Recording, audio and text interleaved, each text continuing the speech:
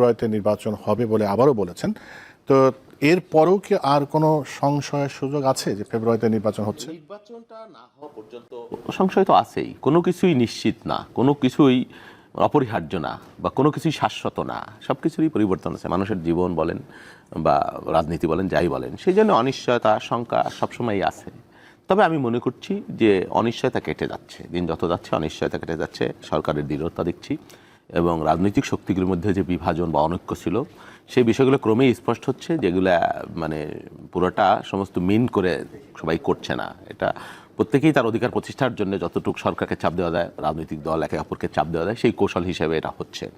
এবং জামাত ইসলামের আবদুল্লাহ তাহের, যিনি সেকেন্ড ম্যান নায়েব আমির, ওনার বক্তব্য আমি শুনলাম যে নির্বাচন ফেব্রুয়ারিতে হবে, সেই বিষয়ে উনি আস্থাশীল। এবং আমি বিশ্বাস করি যে খুব দ্রুততম সময়ে এই যে যতটুকু শঙ্কা আছে এটা কেটে যাবে। নির্বাচনটা হতে হবে ফেব্রুয়ারিতে, এবং নির্বাচনটা যদি না হয়, ধরেন এই ফ্যাসিবাদ বিরোধী শক্তি যারাই আছে বা দেশের মানুষ যারা আওয়ামী লীগের অত্যাচারে অতিষ্ঠ ছিল দীর্ঘদিন, প্রত্যেকেই চায় নির্বাচনটা হোক।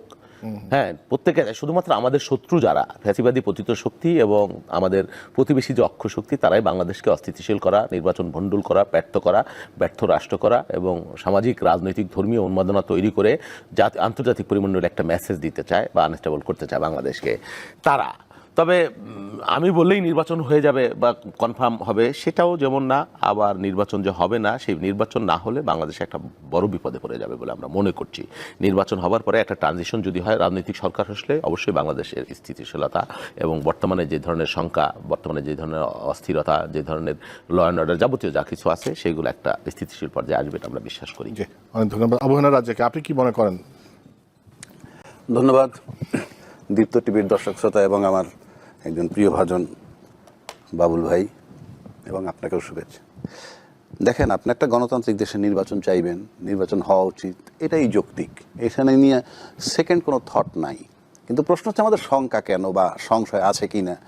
এই আলাপগুলো তো আমাদের আসতেছে পরিস্থিতির ভিত্তিতে, যেই টার্মোয়াল সিচুয়েশন এখনও চলমান দেশের মধ্যে, প্লাস কি একটা পরিস্থিতির মধ্যে দিয়ে আমরা এখানে বেরোয় আসছি। আর সেখানে প্রফেসর ইউনূস সাহেব, তার দায়িত্ব ছিল নির্বাচন কমিশনের ডাইরেকশন দেওয়া যে আপনি নির্বাচনে অ্যারেঞ্জ করেন, ওটা নির্বাচন কমিশন। আমি মনে করি ইউনূস সাহেবের আর কোনো রোল নাই এখন, ওই যতই বলুক ওনার কোনো রোল নাই, নির্বাচন কমিশন করবে। সংশয়টা কোথায়? সংশয়টা হইল যে আমরা টকশোতে অনেক সময় দেখি যে পতিত সরকার যারা, তাদের কিছু লোক পলাতক হয়েছে, কিন্তু অনেক ফলোয়ার্স আছে, অন্তত 1 কোটি ফলোয়ার্স এখনও আছে বাংলাদেশে, এরকম কথা বলে থাকতে পারে, সেটা আমার চ্যালেঞ্জ নাই।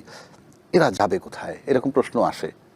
কিন্তু আমি মনে করি যে এরকম একটা টার্মোয়াল সিচুয়েশনের উপর এই ভাবনাটা আমার কাছে ঠিক গ্রহণযোগ্য মনে হয় না। কারণ এমন একটা বিপ্লব হয়েছে, কত মায়ের বুক খালি হয়েছে, 1400 হত্যা হয়েছে, তারপরে আপনি এই থটটা মাথায় রাখতে পারেন, কিন্তু এটা প্রকাশ করলে মনে হয় যে একটা শ্রেণী মানে খুব, এই টেলিভিশনে আইসা এখন জুলাই চেতনার বিরুদ্ধে কথা বলে। কারণ আপনি তার ভোটারগুলা যাবে কোথায়, এই চিন্তাটা করাই কিন্তু জুলাই বিরোধী চেতনা। 1, 2 নম্বর হচ্ছে লাভ কার নির্বাচন হলে, লাভ নয় কার, সেটাও দেখতে হবে। আচ্ছা, লাভ কার?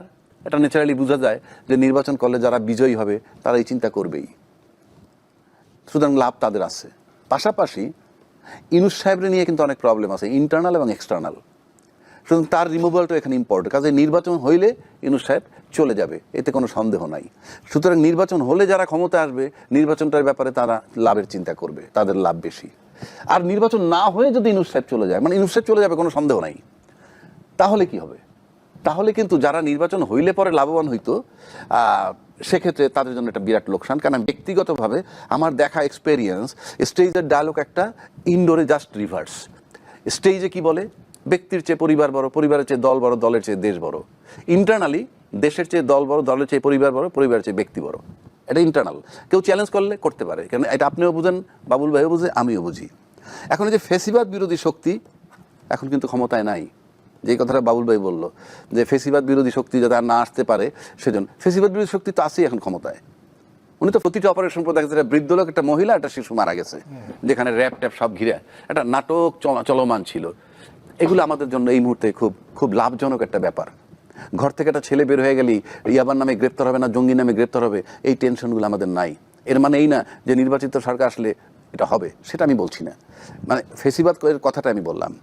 আমার কাছে মনে হইতেছে আপনি নির্বাচন যে করবেন, নির্বাচন কিন্তু একটা মাত্র ক্রাইটেরিয়া না যে আপনি নির্বাচন করলেই আপনি গণতন্ত্র ফেরত আসবে, এটা কিন্তু ওয়ান অফ দ্য অনেকগুলো ক্রাইটেরিয়া একটা সেটা।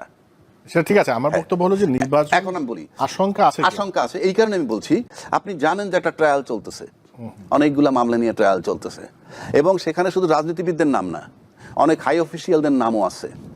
আমরা জানি না জাজমেন্টে মানে কে কোথায় কিভাবে জড়াবে। সুতরাং আমার কাছে মনে হয় যে পতিত শক্তি, সেই পতিত শক্তি কিন্তু নির্বাচনের তফসিলটা দেওয়ার পর আমার ব্যক্তিগতভাবে সন্দেহ আছে তারা চাইবে না এই বিচারটা হোক। আর নির্বাচনের কথা যেটা বাবুল ভাই বলল, আপনি স্মুথলি ফেব্রুয়ারি পর্যন্ত যাইতে পারেন, ফেব্রুয়ারি পর্যন্ত যাইতে পারলে ডিসেম্বরে তফসিল আসবে, তাতে কিন্তু অক্টোবর না হোক নভেম্বরে জাজমেন্ট আসবে বলে আমরা যেটা আলামত টের পাই, কারণ আমাদের তো এক্সপিরিয়েন্স আছে মামলাটা কোন স্টেজে কীভাবে যাইতেছে। সুতরাং কিছু আছে তাদের কিন্তু মারাত্মক মাথা ব্যথার ব্যাপার। সুতরাং ওই জাজমেন্ট মানে ওই মামলার রায়টা একটা বিরাট ফ্যাক্টর, এবং সেটা হতে পারে একটা টার্মোয়েল সিচুয়েশন, একটা টার্নিং পয়েন্টের জায়গা। ওটা যদি পার করতে পারে, এই জাজমেন্টের পর্বটা যদি পার করতে পারে, তাইলে নির্বাচন নিয়ে শঙ্কা থাকবে না। অন্যথায় আমার শঙ্কা আছে, এবং সেক্ষেত্রে আমি নভেম্বর খুব টার্নিং পয়েন্ট মনে করতেছি।